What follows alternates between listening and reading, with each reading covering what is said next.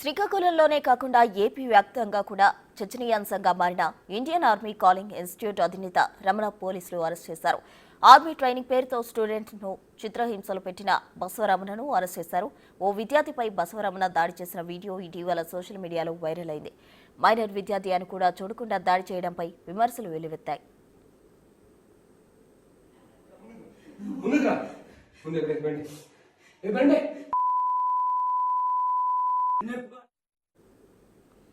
ఈ ఘటనపై మంత్రి లోకేష్ కూడా స్పందించారు. విచారణ జరిపి చర్యలు తీసుకోవాలని ఆదేశించారు. దీనిపై విచారణ జరిపిన పోలీసులు రమణను అరెస్ట్ చేశారు.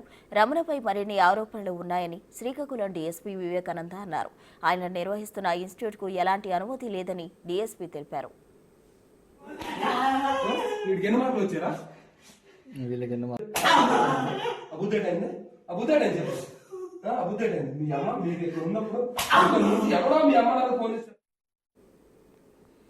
మరోవైపు నిందితుడు బసవరమణ గతంలో గర్ల్స్ హాస్టల్లో సీసీ కెమెరాలు కూడా పెట్టారని పోలీసులు గుర్తించారు.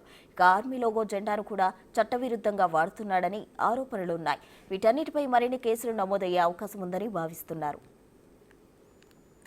ఏం జరిగిందని వాస్తవాన్ని తెలుసుకుని వారు ఇచ్చినటువంటి స్టేట్మెంట్ మీద 1 టౌన్ ఎస్ఐ హరికృష్ణ గారు కేసు నమోదు చేశారు.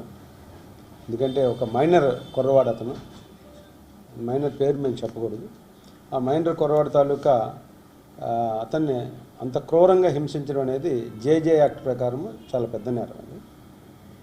అలాగే అతన్ని ఒక రూమ్లో బంధించి అతన్ని అంత చిత్రహింసలు గురి చేశాడు.